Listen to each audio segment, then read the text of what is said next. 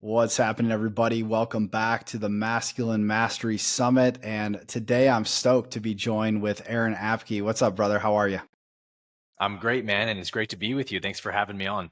Absolutely. Yeah, feel like, just this whole dynamic of what we're bringing together here with all the men meeting in this really sacred space and hearing from all of these speakers, really when in the beginning of this co-creation process, thinking like, who are the men that I want to represent this topic of masculine mastery? And of course, your name was at the top of the list, and I just feel based on your wisdom and what you're teaching and just your grounded presence of what you're bringing through in the metaphysical realm and the spiritual realm, and really helping people to ground in these maybe higher ideas into reality. So welcome. It's good to have you here, and I'm excited to dive into the conversation.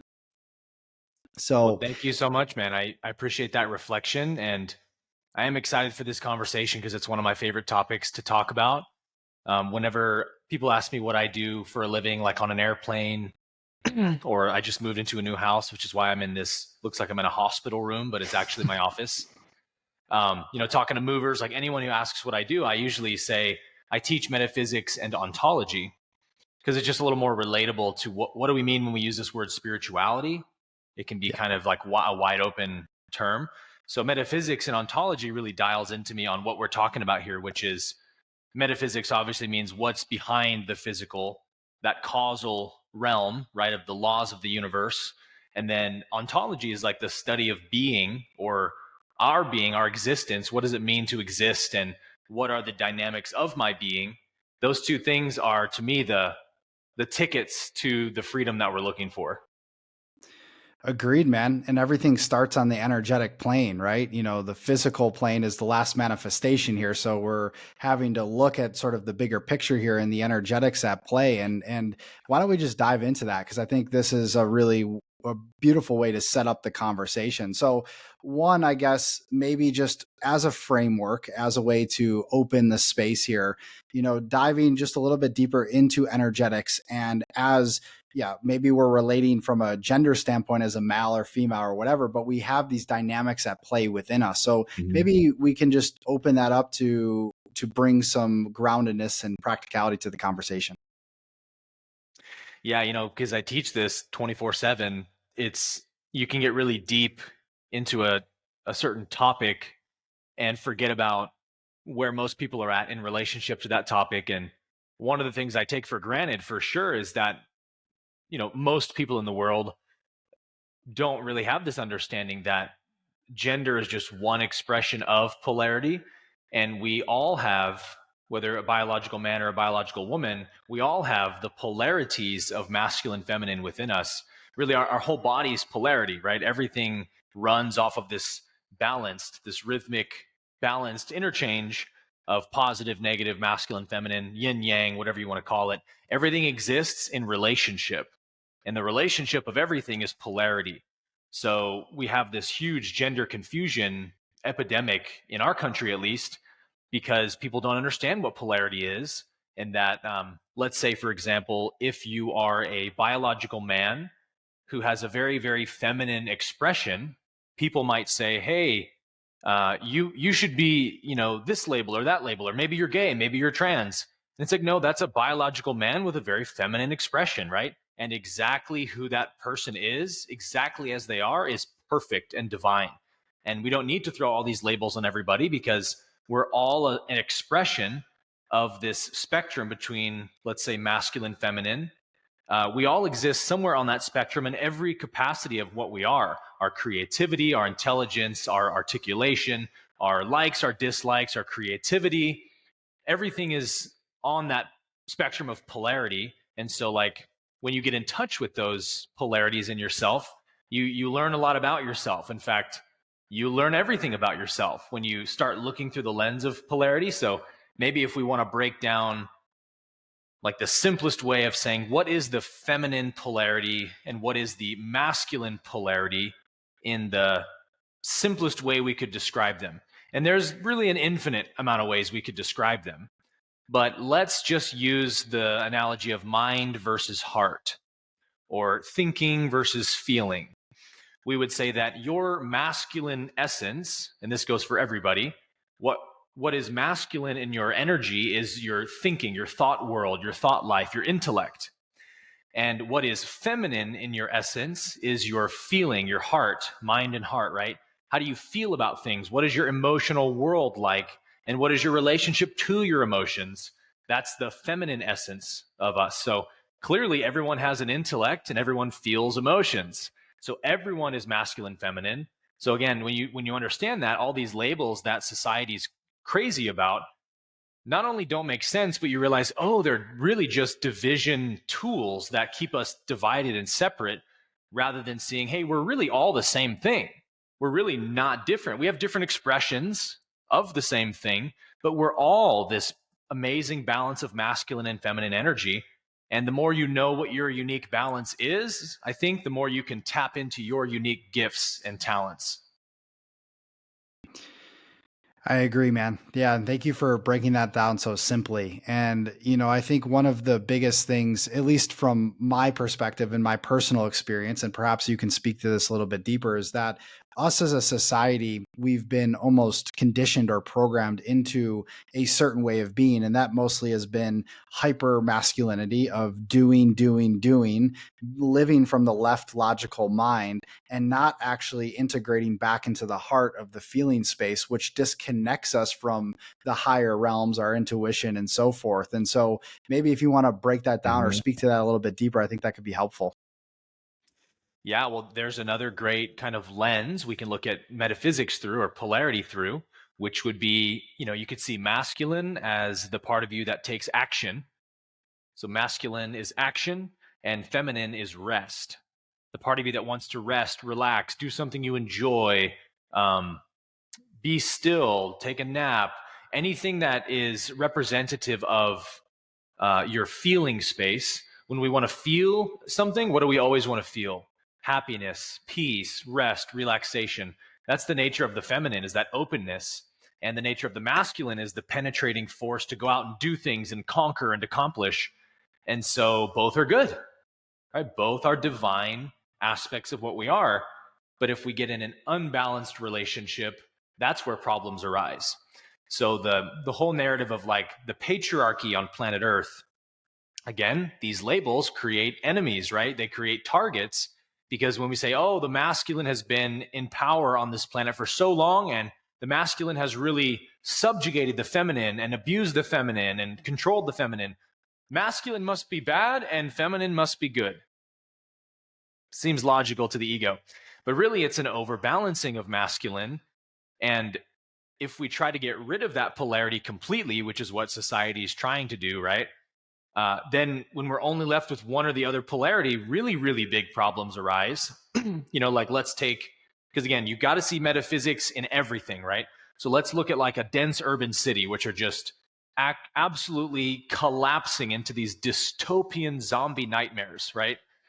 Why is that happening? Well, because these major cities have taken the policy that we're going to kind of get rid of any level of masculinity from our society. No laws, no governance, no structure at all, no order. Let's let everyone do whatever they want, because if you tell anyone what to do right from wrong, that's always bad, always toxic masculinity. And so now we have these dense urban cities like San Francisco, where I grew up, which used to be just the most beautiful city ever. And now it's just this overrun kind of zombie apocalypse looking nightmare place with literally hundreds of thousands of drug addicts walking the street. And that's a whole nother polarity issue we could talk about. And so you see what happens when you get rid of all, again, masculine would represent control and feminine would represent openness. So you actually need a balance of both. You do need to have some structure, some rule sets, so people know how to abide in a society agreeably and harmoniously. But as we've seen in our country, especially since the pandemic, you can really see how that can be weaponized as well. So look at that. If you get rid of it completely, big problems. And if you overdo it, big problems either way. So we need the feminine and masculine to be balanced such that we have a society that runs lawfully, but the law isn't being weaponized by people in power. And it's also not being weaponized by criminals and people because no one's enforcing it. Everything has to exist in a balanced relationship. So that's one of the, to me at least, really big keys to spiritual freedom and like living your life in a very liberated way is using that lens of how can I make sure I'm in a balanced relationship with everything in my life? Where am I out of balance? Balance, balance, balance is the law of the universe. And when balance gets violated, we create what's called karma. We say, oh, you're going to create karma if you do that. What does that mean? You're violating the law of balance in the universe. You're trying to make the universe an unbalanced universe, and it's not. It's balanced. So because it is balanced, it has to correct your violation of its laws by violating you in equal measure, because that's how you restore balance, right? So we attract to ourselves the negative circumstances that we experience in our life because we're in an unbalanced relationship to the universe in so many ways. And so if you don't see that, of course you feel like a victim. Of course you feel like life has been unfair to you because you don't even understand the most basic premise of life, which is that life is relationship and a loving relationship is balance. So if you're not seeking actively to restore and maintain balance in every area of your life, then you're creating karma in those areas. And I find that to be an endlessly interesting and exciting challenge to face every day to bring more harmony and more balance to the different areas of my life. I really, really love that. And the idea of balance, and taking this sort of checklist, so to say, of your external reality of, as we know, we live in an inside out world. So anything manifesting or we're experiencing, I should say, on the outside, that's just a direct reflection of where we might be off balance on the inside. Right. So, Always. Yeah. and that sort of inventory that we're taking in perhaps our relationships and our finances and our business and our health and all of the Mm-hmm. core areas of our life is going to reveal maybe where we are not in that harmonization or coherence within ourselves. And Mm-hmm. that, I feel, for a lot of people, men or women or anybody, it's difficult sometimes with, if we don't bring enough consciousness to that and really look at, oftentimes we're playing victim to our external circumstances and not taking the radical responsibility of what's happening within here.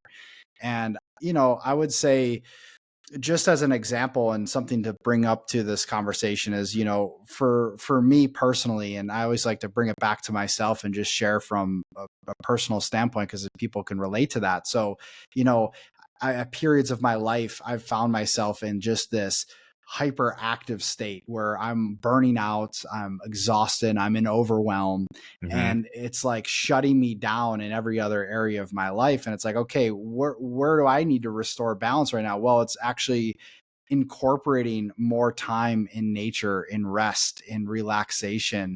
And for the mind and for the ego, that's, oftentimes you're hitting a roadblock there. And I think that's where a lot of men struggle. At least, I do a lot of coaching with men and I see this time and time again. It's this like nervous system hyperactivity that's happening all the Yeah. time. So again, back to this conversation, how can somebody listening to this, say maybe they find themselves and they have the awareness that they're imbalanced right now, how can they begin to bring balance back into themselves and their reality? Well, awareness is key, right? Awareness is number one.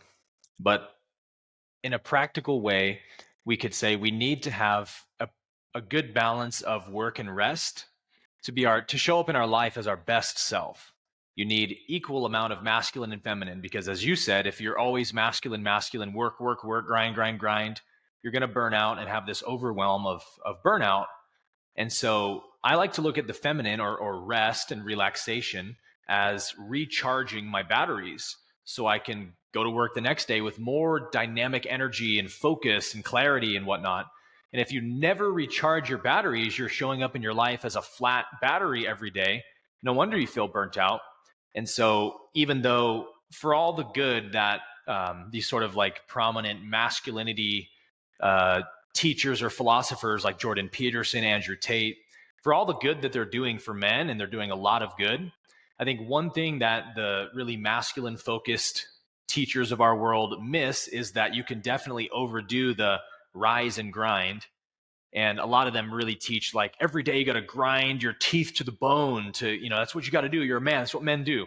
And it's like, that's true, but don't do it on a flat battery every day. If you're going to grind like that, you need to also rest and recharge like that. And so if I am only what the universe gives to me, right? All the energy I have is what the universe has given to me to channel and use for my own co creation. So I owe everything to this universe. And so I am like a battery that only the universe can charge, right? And so I want to get into my comfort zone at least once a day and just rest. And for me, that's my time to spend with the divine and just tuning in to myself, getting my spiritual batteries recharged. But I may watch a movie with my wife, or we play chess or something like that, relax on the couch. And I'm just doing anything that I enjoy that has nothing to do with my work life. Right. And I've realized, as much as for years, and I know every man listening will relate to what I'm about to say, for years of my life, I literally felt guilt every time I rested or relaxed from work to just enjoy myself, watch a show or something. I can't even enjoy the show because there's this narrator in my head being like, you lazy bum. People are outworking you. You're getting left behind. You're failing at your endeavors. You don't have time to sit here and watch a show. You got to work till you fall asleep, man. And I listened to that voice for a long time until I started realizing what a detriment it is to my work to show up burnt out every day. So now for quite a while now, I really do prioritize, like I actually try to see rest and relaxation as important as I see my work, because they are one in that sense. Because I can't work to my best capacity if I'm always burnt out and not rested. So my rest is my work from that perspective. So now it's all just one thing, and we've collapsed the duality between work and rest and realized they exist in relationship to each other. And you can't just rest all the time, or you feel like you have no purpose in life, right? They're in relationship. So they are the same thing at the end of the day. So now I can embrace rest, relaxation, fun, etc., the same way I embrace my masculinity of rise and grind, because I don't have a labeling duality between the two anymore. And so I'm a battery the universe charges, so I can then go out and direct that energy where I want it to go tomorrow, into my career, into my life in whatever way, into my finances. And when you let yourself be recharged every day, and whatever that looks like for you, to me, connecting to the divine is the best way to recharge and the most powerful way to recharge. But again, anything you do that you enjoy is the feminine, is resting and relaxing, and you will show up at your job the next day. But what makes it even more powerful, Christopher, is that, as you probably know, we don't just rest because we recharge, but also because we receive new insight and new guidance when we rest. New creativity flows, new pathways in the brain open up for flow and creativity. And I start getting downloads about my career and go, hey, what if I did that? What about this? And I start to think differently because I'm not just burnt out from my rise and grind. And so you also do your life, your job, your work, your career a disservice by just being in the masculine lane all the time, because there's opportunities to grow and to expand and creative perspectives you're not considering yet, because you don't have the ability to consider them because your brain is fried every day after work, right? So it's like the more I recharge, the more new inspiration comes through. And then I get to take that into my business and my job the next day, which is so much fun and feels so good to be in that dynamic flow state with your life and your career.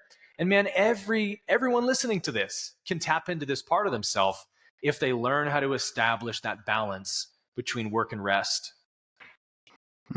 Beautifully said, brother. Yeah, beautifully said. And, this almost goes along with the conversation I just had the other day as well, which I'm a huge proponent of the gene keys. I'm not sure how much you've dove into the gene keys, but Love Gene I was, Keys. yeah, it's amazing. So I was having a conversation with Richard Rudd, and I've been working with the gene keys for several years now. And one of the core, components, the core component of the gene keys is contemplation, right? Which is Yeah. pause, which is, you know, throughout the day, taking those pauses to just be and to just feel, to breathe, to receive whatever it is. So it almost goes along with this conversation, right? That you're speaking to now, and these moments of recharge.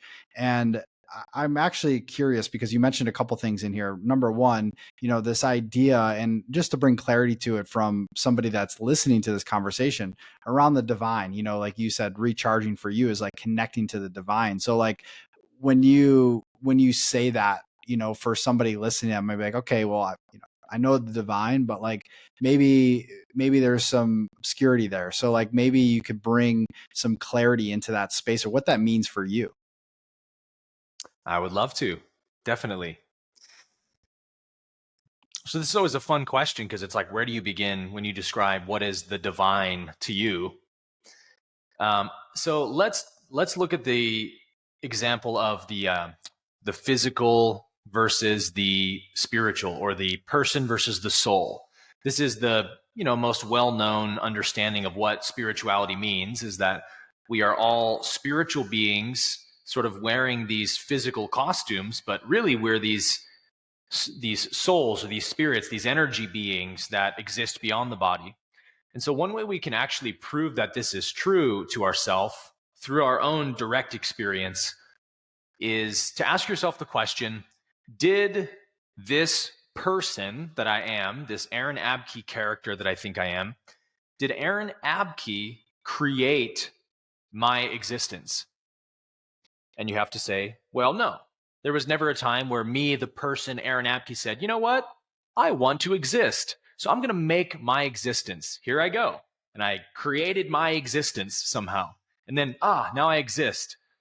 That never happened, right? I just showed up as existence well before I even knew who Aaron Abke was, right? When I was a baby, I didn't know anything, but I knew intuitively that I existed before I could even say it, right? That's why I cry when I'm in pain and I laugh when I'm happy, because there's a sentient existence here. And so the spiritual dimension of what you are, to me, is not even an energy body, an astral body, any of that. It's the fact that you exist. You essentially are existence, right?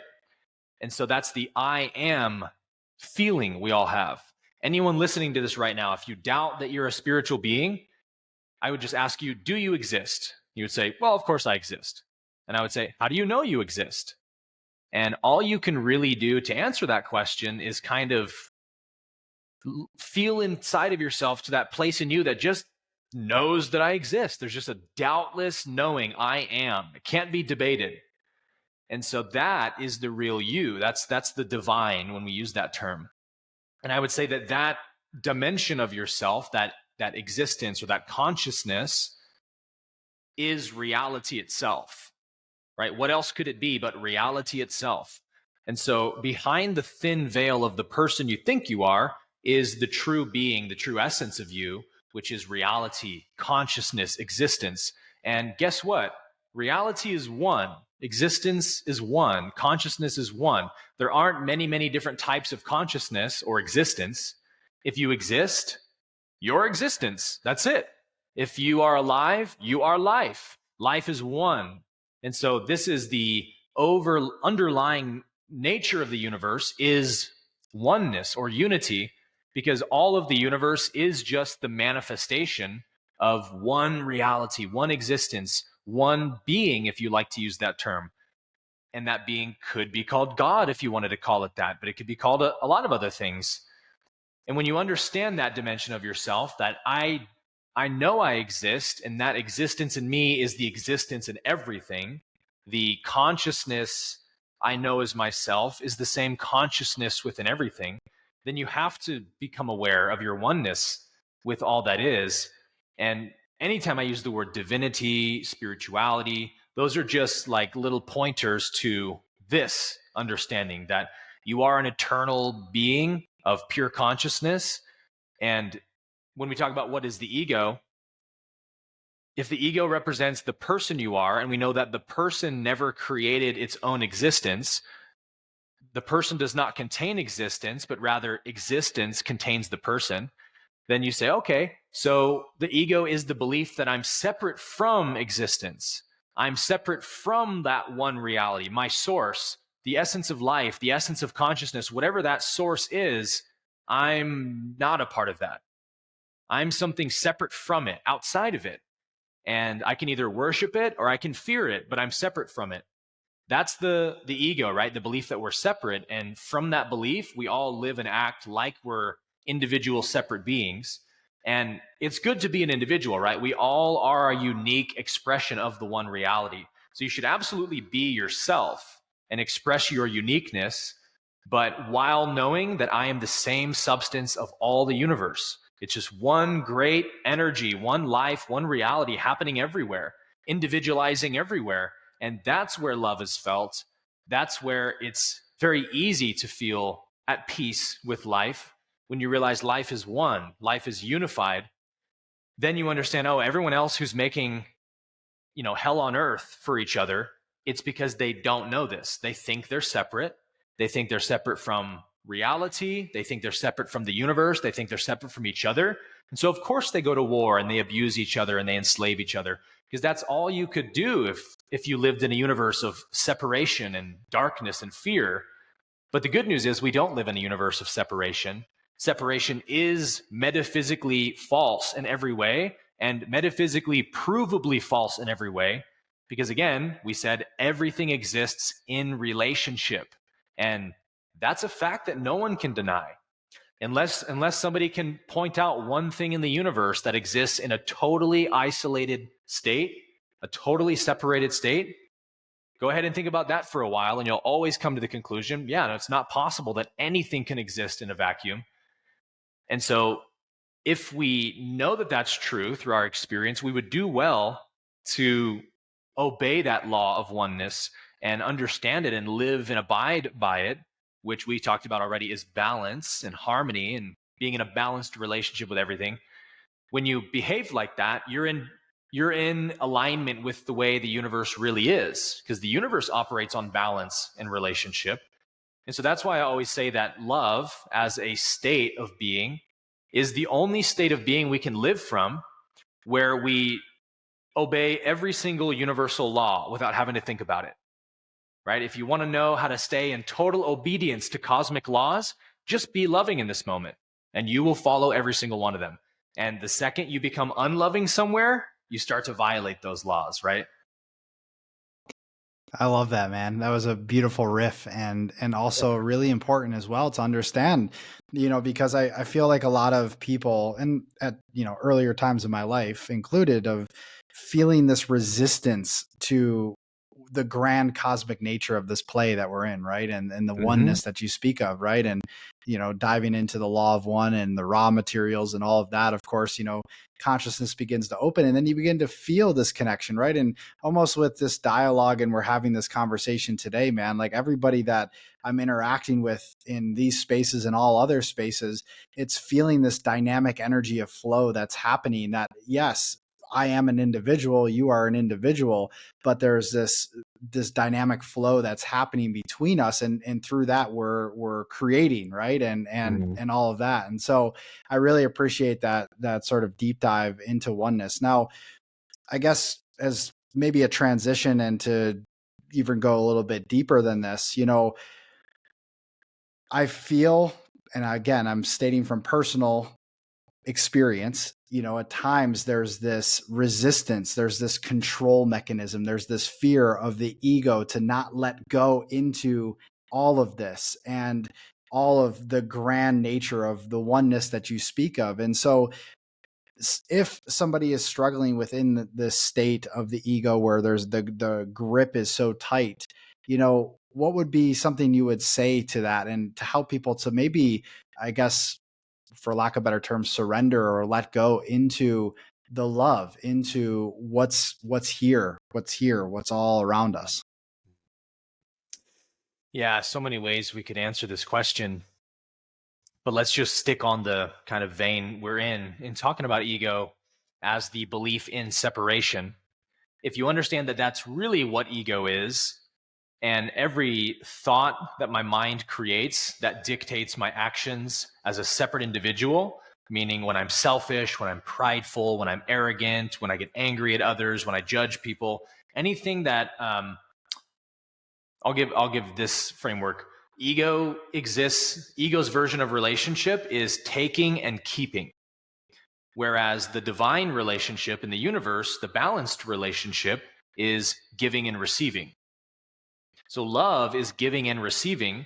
Ego, and then what can I make sure you don't get from me? How can I withhold my love from you? Whatever it is, right? Ego wants to withhold everything it has because it sees giving as losing. And the ironic fact in the metaphysical, or dare I say spiritual dimension of reality, is that in reality, giving, what you give is what you increase in yourself. What you give is what you place a demand upon in yourself. What you give is what you receive in that sense. And here's why, going back to metaphysics, right? If all the energy I have is what the universe gives me, and it's through the way I command my I am presence, my attention, what am I focusing my attention on, right? Whatever you focus on gets that I am. I know I exist, and this is what I'm focusing on. And that's all the power of the universe is behind that. But if you don't know that, you'll be an unconscious creator by always focusing on negative things. And why did that have to happen? And I can't believe she did that. And so you're actively intensifying those things you hate without knowing it. So when we understand that dynamic, it's about how do I use my I am power of attention to focus only on the good things I want to create. And that's when giving and receiving makes a lot of sense, where you're like, so what I give is what I intensify, because whatever I give is what I'm focused on.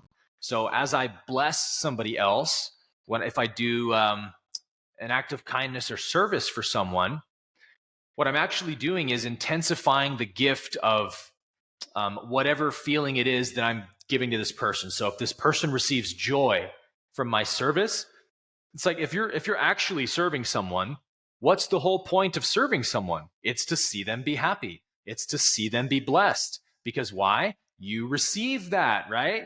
When you see somebody else feel really good, when you put a smile on someone's face, it lights up your own heart chakra, right? It makes you feel good inside. So what you give is what you receive. What you give is what you increase in yourself, but not necessarily the physical symbol of it, but the metaphysical essence of it, meaning what kind of heart is it that gives and serves? Well, it's a joyful heart. It's a happy heart, right? It's a heart that's overflowing with abundance. That's the kind of heart that loves to give to people and to bless.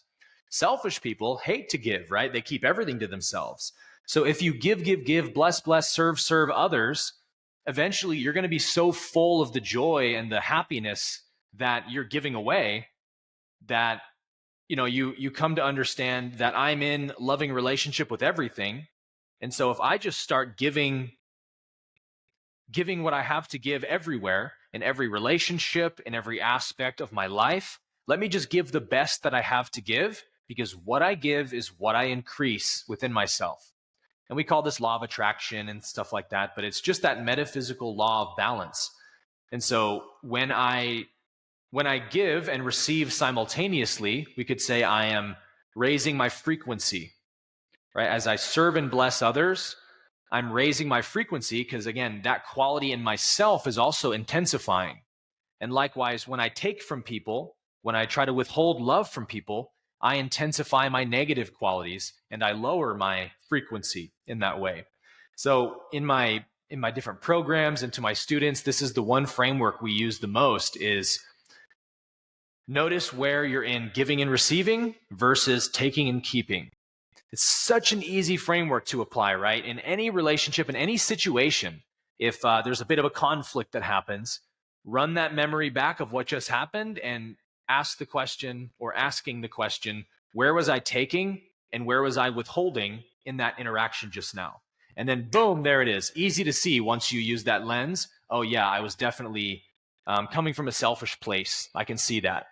And so the onus just becomes, how do I turn my taking and keeping into giving and receiving? And so if you have a partner, if you're married, have a girlfriend or whatever it may be, if you start applying that framework to your relationship, you'll watch the way your relationship starts to heal and transform, because you just didn't realize all the areas you were taking and keeping from your partner.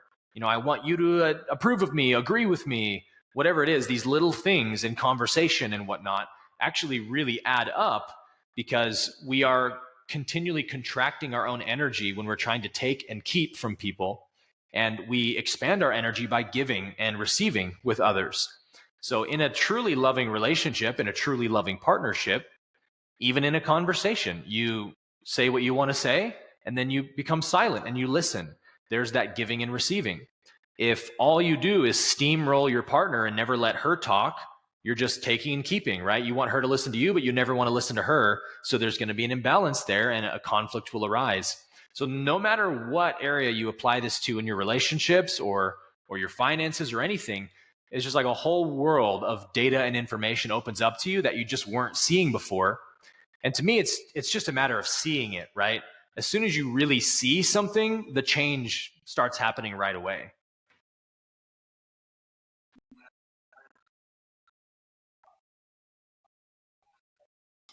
Yeah, and that's the awareness piece, right? That we spoke about in the beginning. And so, yeah, I love that because, you know, the idea of giving and receiving and what you just mentioned, it does really break it down to something extremely simple. And another thing, I guess, just I'm drawing a lot of correlations to what you're Yeah. sharing today and to the gene keys. And, you know, the pearl question is, how can I be of service to the whole, right?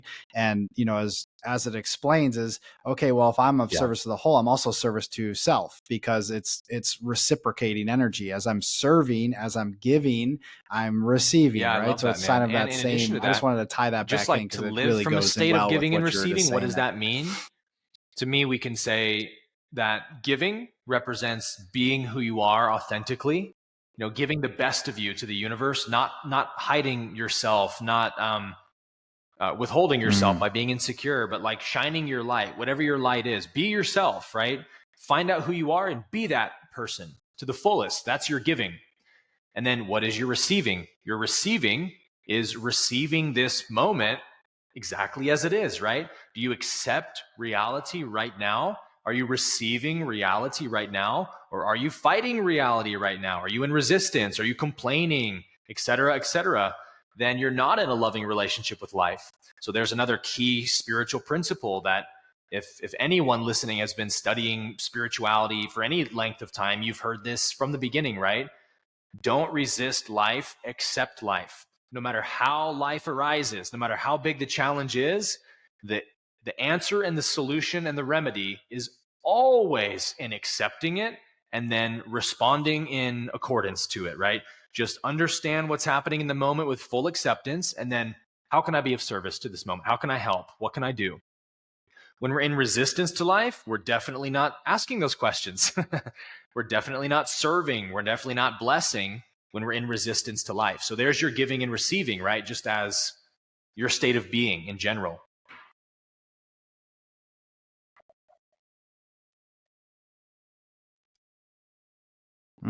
Yeah, that I like that additional layer there. And you know, I think right now the invitation for everybody on this planet and including the men listening to this conversation is to bring more of your authenticity to the table, to really bring those gifts, those your unique essence out to the Big time. world because that is what is in its way serving, right? Because it doesn't always have to be an action. It's all it could just be the illumination and the shining of your inner essence, and that in itself is a catalyst for Absolutely, man. change That's for the that people is that what might the be world around you needs, and is for awakening people and to be whatever else you doing want to what throw in they there.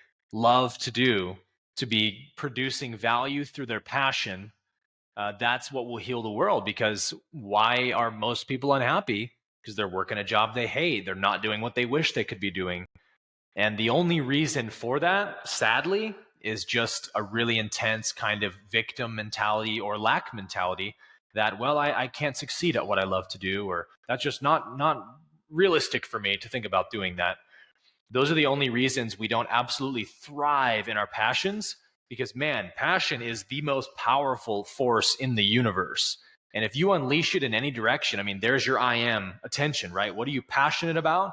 That's where an enormous volume of your energy is flowing. And so when we just start acting and living from our passion, the universe just blasts the doors wide open for us. And the red carpet just gets rolled out because the universe was like born out of the passion to know who I am. The universe is a passion project of God or something. And so God loves when we're in our passion. The universe loves when you're in your passion. Because guess what? You, the person, didn't even create that passion. You were given that passion by the universe because the universe experiences itself through you and me. So in another way, it's like, hey, get out of the way. Stop being so arrogant. Just be humble and follow your passion, because it doesn't even belong to you as the person anyway. It's a gift from the universe. So give it right back. That's the attitude for success.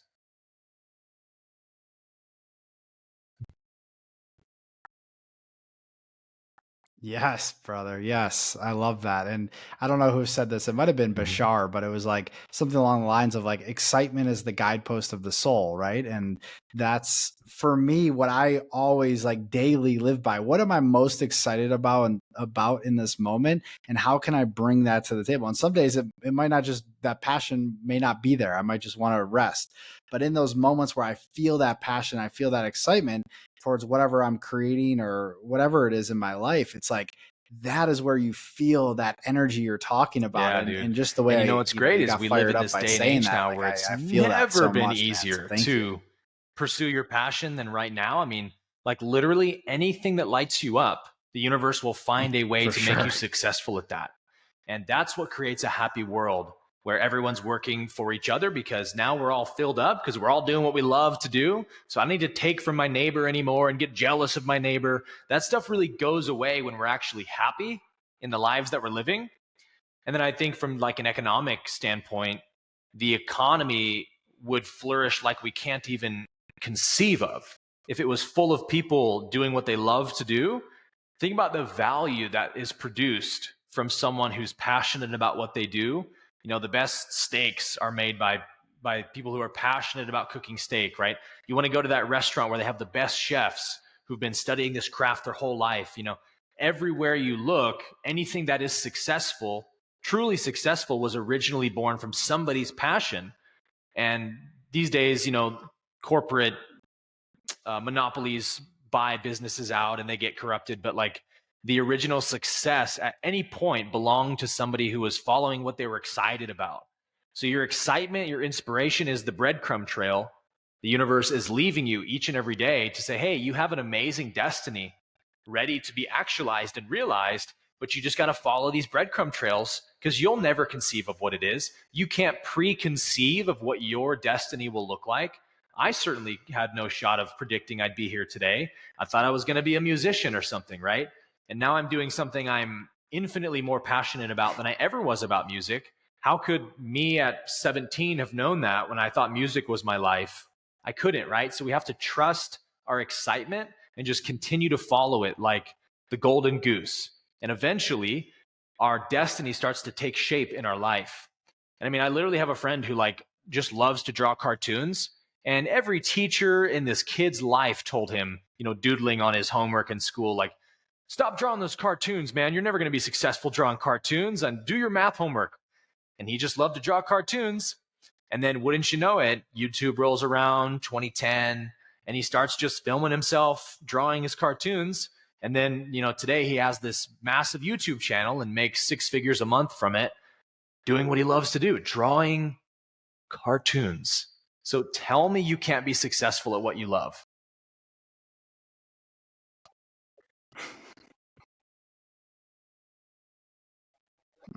That's a great, beautiful example. I love that. And I think just to add the last sort of ingredient to that, and something you've alluded to too, is like your destiny takes shape over time. And a lot of this, at least in my experience, it's been a timing thing, right? I'm following my passion, and maybe again, we don't have to get into the intricacies of this, but what success means, right? But if I'm successful, like in whatever capacity, I'm following my passion every step of the way, and I'm allowing and be Yeah, co-creating with a higher force, knowing that the right pieces will fall in place at the perfect time, right?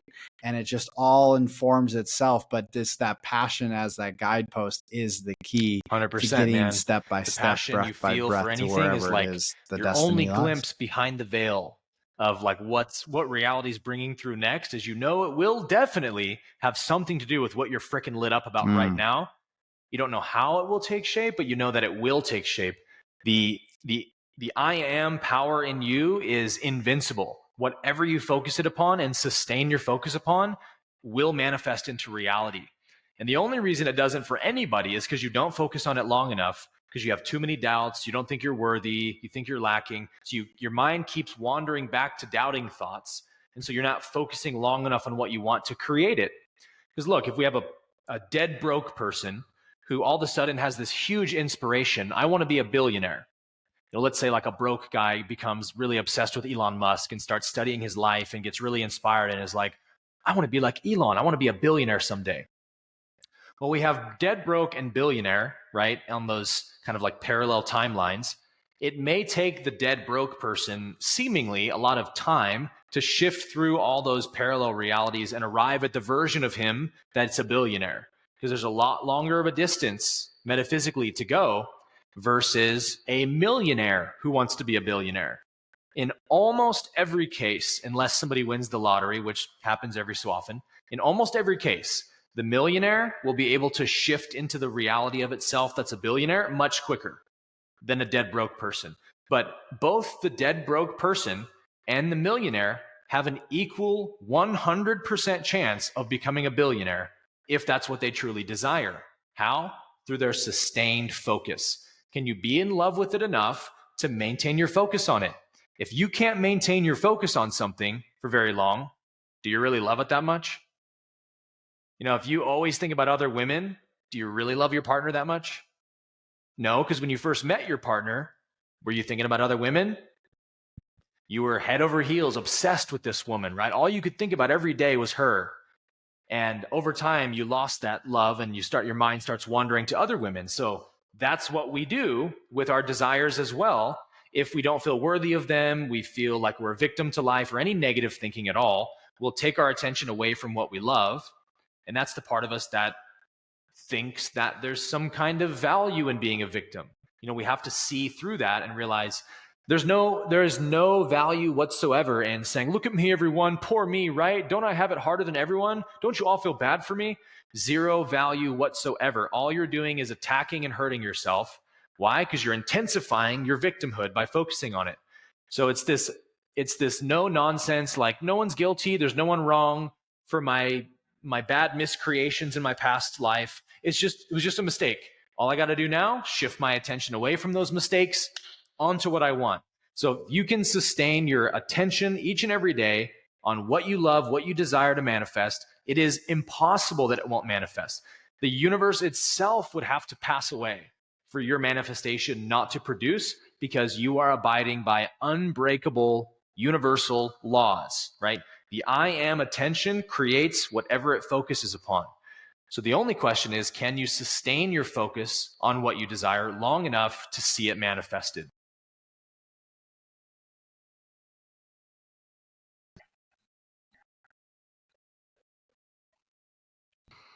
Yes.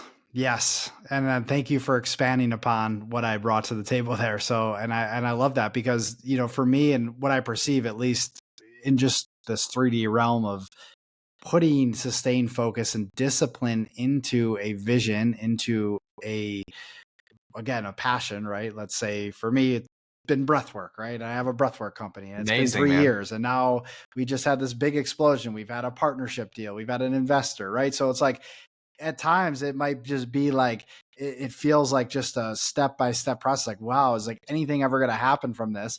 But it's just the commitment and the discipline, the devotion to keep going. And then it creates this sort of explosion of energy that happens. And I feel like why most people, and I don't like to use the word fail, succeed, whatever. I mean, again, it's duality and we're using these terms, but 100%. why people may not end Failure's up where an they illusion, want to man. is because they Such just give an illusion. up, There's just learning, there's no failing. Brother. If you learn, did you fail? Learning is the greatest victory that could be had. So there's no such thing as failure. There's just learning. But the labeling, judging ego mind will like to call learning failing. And if you believe that and focus on that, it will look like failure, won't it?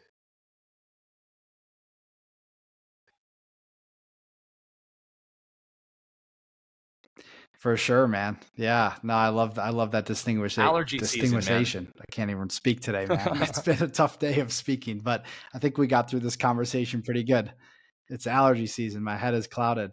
But yeah, so I guess just to leave the conversation out, and we covered a lot. I mean, obviously we went in these different directions here, but I guess just to round things out, I mean, is there anything else that you feel in your heart or any place within yourself that you left on the table here, or anything else that you want to bring forth I feel like to I'll wrap just stay things up right in in this this vein conversation today? and end us with an exclamation point by saying, maybe the most important thing that you can remember on a day-to-day basis, moment-to-moment basis, is that you are a creator and you're always creating, whether you like it or not. It's an inescapable fact. Even right now, as you listen to this conversation, you're creating your reality, right? You're receiving information that's going to bear fruition in your future. Like, you're constantly creating, no matter what. And so I liken it to a finger pointing. It's like you're always doing this somewhere. You can't ever stop doing this. Wherever this goes is where your energy and attention flows. And so when we really know that, because let's be honest, we don't all really believe that or know that yet. We think that sometimes the universe just takes a pause and my actions right now are pretty much off the hook and I can do what I want and get away with it. And you can't. You can't think about anything and get away with it. Like, every single movement of consciousness has consequences because your existence and consciousness itself. So everything you do produces life in some way. You are a creator, just like the one infinite creator. Because as we said, there's just one being, one creator, and it's individualized as all of us. We're all creating our reality. So as you accept that incredible fact, then you can start really acting on the implications of that fact, which are, all right, then what do I want to create? Because damn, I thought I lived in a victim universe. I thought things just happened to me and I just had to suck it up and grin and bear it. But now I realize I've attracted every situation to myself in some way, even down to the very way I respond to every situation. We watch viral videos all day on Instagram of people acting a fool in Wendy's or Best Buy and crazy stuff happening. And there's always like one or two people who are just watching calmly in the background and not reacting like everyone else. And it's like, you always have that choice, don't you? To be calm and centered, to be a master of your inner kingdom, or to be a crazy person and lose your mind and give all your energy to the moment and whatever else other people are doing. You always have that choice. And so when you know you have that choice, you start to feel very powerful because you're like, I can actively choose to deny my attention from those negative things that I don't want to create more of. Not that we're afraid of the negative, not that we're running from it. Like, if a challenge happened to me tomorrow, I'd absolutely accept it with wide open arms. What is life teaching me? I'm here for it. But I don't want to create negative life challenges for myself. If I need one, life will make sure I get one to grow and expand. What I want to create is a happy, radiant, expansive, epic life. So let all my attention, let all my I am power flow in that direction, which is, as we said, keep following your passion, keep acting on your inspiration, and you will increase whatever it is you're passionate about in your life as it manifests in your life in an infinite variety of ways. So there's literally no limit to the life you can create for yourself if you can first begin to master your inner self, your inner world, which is your attention, and start realizing that you're literally wielding the power of the universe at all times. And the only reason bad shit seems to happen to you is because you're putting your I am power in that direction. And now you can just put it in the direction you want.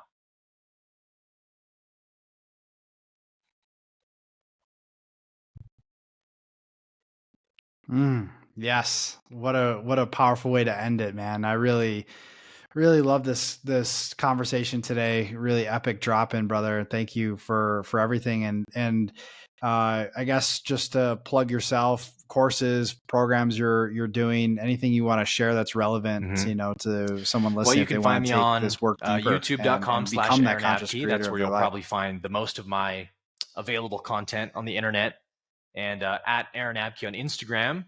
And if you want to get to know more about the programs that I offer, you can go to 4duniversity.com. I have a program called 4D University. So the number 4, the letter D, university.com. And you can read all about the different programs I have available there.